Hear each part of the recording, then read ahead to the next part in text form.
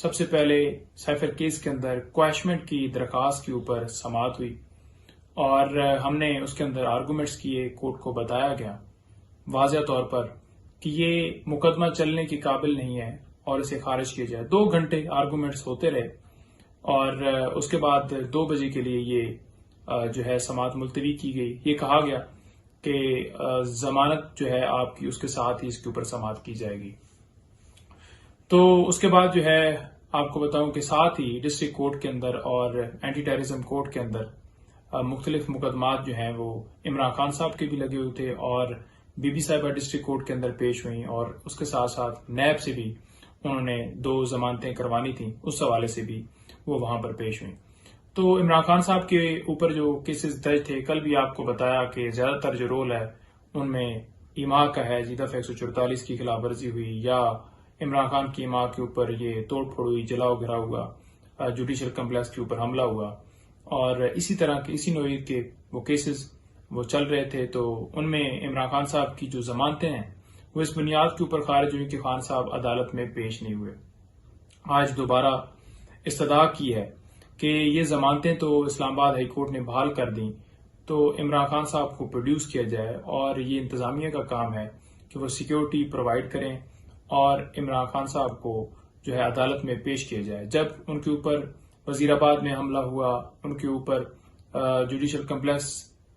کے جب پیشی تھی ان کی، اس وقت جو حملہ ہوا اور اس کے ساتھ ساتھ دیگر چیزیں بھی بتائیں گئی، اس وقت جو ہے واضح طور پر وارنٹ بھی نکالے جاتے تھے کہ عمران خان صاحب پیش ہوں، ہر صورت آئیں، جیسے بھی ہو. حالانکہ سیکیورٹی جو ہے وہ بھی سرکار کی طرف سے پرووائڈ نہیں تھی اور وہ اپنی سیکیورٹی میں آتے تھے اور بے شمار کیسز میں وہ پیش ہوتے رہے. ان کی تقریباً یعنی کہ لاسٹ اگر 2-3 مہینے دیکھے جائیں تو 200 کے قریب ان کی پیشیاں ہوں گی مختلف مقدمات میں اور اس سے بھی زیادہ کی جا سکتے ہیں کیونکہ اتنے زیادہ مقدمات ان کے اوپر بنایا گیا کہ آئے روز پیش ہونا پڑتا تھا اور 10 15 20 25 یہ رفتار رہتی تھی. تو لہٰذا ان کو جو ہے اس وقت زبردستی مجبور کیا گیا اور وہ پیش بھی ہوتے رہے. تو اب جو ہے ان کو ایک بہانہ بنایا جا رہا ہے تو سرکار سیکیورٹی پرووائڈ کرے. تو لہٰذا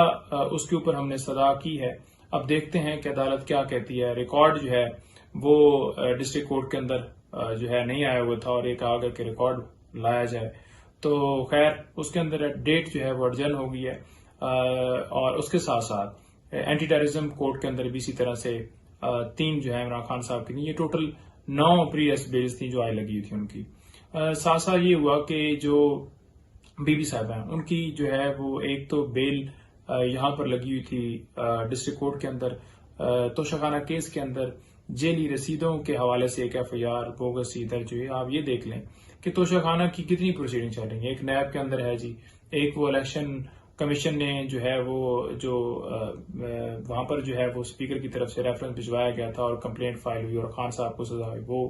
ایک یہ جیلی رسیدوں کے حوالے سے بھی عمران خان صاحب کے اوپر، بی بی صاحبہ کے اوپر یہ مقدمہ درج ہے. حالانکہ قانون یہ ہے کہ کوئی بھی اگر ایکٹ ہوتا ہے کرمنل تو اس کے اوپر ایک FIR درج ہوگی، ایک جو ہے کیس ہوگا. یہ نہیں ہوگا کہ مختلف جگہوں پر ایک ہی جو کیس ہے اس کے ریلیٹڈ مختلف کیس بنا دی جائیں، مختلف FIR درج کر دی جائیں.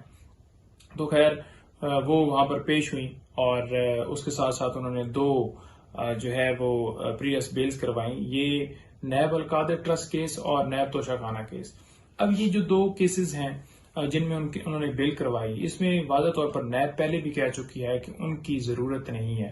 اور اس بنیاد کے اوپر کہ انہوں نے یہ کہا کہ ان کے وارنٹ گرفتاری نہیں ہے اور ہم نے ضمانتیں جو ہیں وہ عدالت نے نمٹائی اس بنیاد کے اوپر کہ وارنٹ موجود نہیں ہے اور نیب کو جو ہے ان کی گرفتاری مطلوب نہیں ہے. تو لہٰذا درخواستیں جو ہیں وہ نمٹا دی جاتی ہیں. تو لہٰذا 2 دفعہ یہ ہوا، 2 دفعہ ہم عدالت گئے اور ہم نے پریویس بیلز لیں. جب گھر پہنچتے اور آرڈر ہوتا تو دوبارہ جو ہے وہ نوٹس بھجوا دی جاتے. لاسٹ ٹائم جب پیش ہوئے تو ہم نے یہ واضح طور پر عدالت سے استدعا کی کہ یہاں سے نکلیں گے تو یہ گرفتار کر لیں گے. آپ ایسا آرڈر فرما دیں جس میں واضح طور پر یہ لکھ دیں کہ جو ہے 10 دن پہلے یا ایک ٹائم دیا جائے گا، کورٹ کو بتایا جائے گا یا ہمیں بتایا جائے گا تاکہ ہم کورٹ تک رجوع کر سکیں. تو ایکسیس ٹو جسٹس واضح طور پر اس کے اوپر آئین کلیئر ہے اور یہی ہم آئین کے مطابق استدعا کر رہے تھے، اور واضح طور پر ہائی کورٹ اور سپریم کورٹ کے فیصلے وہ بھی ان کے سامنے پیش کیے، لیکن وہ ایسا آرڈر نہیں ہوا، اور وہی ہوا کہ وہ ضمانتوں کے حوالے سے جو معاملہ تھا وہ جو ہی ڈسپوز آف ہوا تو ساتھ ہی جو ہے ادھر ڈسپوز آف کے آرڈر ہوتے ہیں اور ساتھ ہی دوبارہ نوٹس بھجوا دی جاتا ہے. لہٰذا آج تیسری دفعہ ہم گئے اس میں اور ان کی دوبارہ بیلز کروائی ہیں. اس کے ساتھ ساتھ عمران خان صاحب کے توشہ خانہ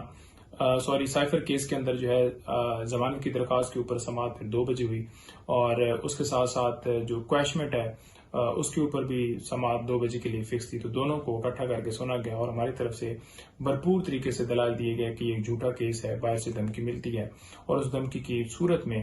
جو ہے وزیر اعظم کو ہٹا دیا جاتا ہے، اور اس کے بعد جو ہے اس کے اوپر ایف آئی آر درج کر کے اسے اندر ڈالا جاتا ہے، اور باقاعدہ طور پر امریکہ کو یہ بھجوائی جاتی ہے ایف آئی آر کہ یہ لیں جی، آپ نے تو صرف یہ کہا تھا کہ ہم جو ہے اس وزیر اعظم کو ہٹائیں، اب ہم نے اس کے اوپر ایف آئی آر بھی درج کر دیجیے، اور اس کے ساتھ ساتھ جو ہے اسے اندر بھی ڈال دیے، اور وہاں پر کیمرے بھی لگا رہے ہیں جو واچ کر رہے ہیں، جو آپ نے دیکھے بھی کہ کیمرے لگے ہوئے. تو یہ باقاعدہ طور پر کیا گیا، اور اس کے ساتھ ساتھ اس کے میرٹس بھی بتایا کہ آفیشیل سیکرٹ ایکٹ کا اطلاق نہیں ہوتا. یہ بھی بتایا کہ یہ 17 مہینے کے بعد جو ایف آئی آر درج کی گئی. یہ بھی بتایا گیا کہ جو ہے وہ نیشنل سیکیورٹی کی میٹنگ کے اندر یہ بات تسلیم کی گئی، کیونکہ کبھی یہ الزام لگایا جاتا تھا کہ سائفر آیا نہیں، کبھی یہ کہا کہ سائفر جو ہے وہ آیا ہے اور اس کو چوری کیا گیا ہے. اور ساتھ ہی آپ یہ بھی دیکھ لیں کہ رانا ثناءاللہ ہوں یا تتارڑ ہوں یا ایف آئی او، وہ خود کہہ چکی ہے کہ اوریجنل سائفر جو ہے وہ اس فورن آفس کے اندر پڑا ہوا ہے. تو یہ بڑا ایک مذاکرہ خیز ان کا بیان، کبھی کوئی ہوتا ہے کبھی کوئی ہوتا ہے. آج پروسیکیوٹرز جو ہیں انہوں نے بڑا واضح طور پر کہا کہ سائفر جو ہے وہ جلسے کے اندر جو ہے وہ لڑایا گیا، حالانکہ یہ کہتے تھے کہ جو لڑایا گیا وہ سائفر نہیں ہے. آج وہ خود ہی کہہ رہے ہیں کہ یہ سائفر لڑایا گیا. تو ان کے بیانات بھی آپ کے سامنے ہیں. تو کورٹ کو یہ ساری چیزیں باقاعدہ طور پر بتائی گئی، اور اس کے ساتھ ساتھ یہ کہا گیا کہ یہ جو ایف آئی آر درج ہوئی ہے اس کے بعد آفیشیل سیکرٹ ایکٹ کے اندر ترامیم کی گئی ہیں، اور جس وقت یہ وقوع ہوا یا جس وقت کا یہ جرم بناتے ہیں اس وقت جو ہے وہ ریٹینشن کے حوالے سے، یعنی کہ سائفر کو چوری کرنے کے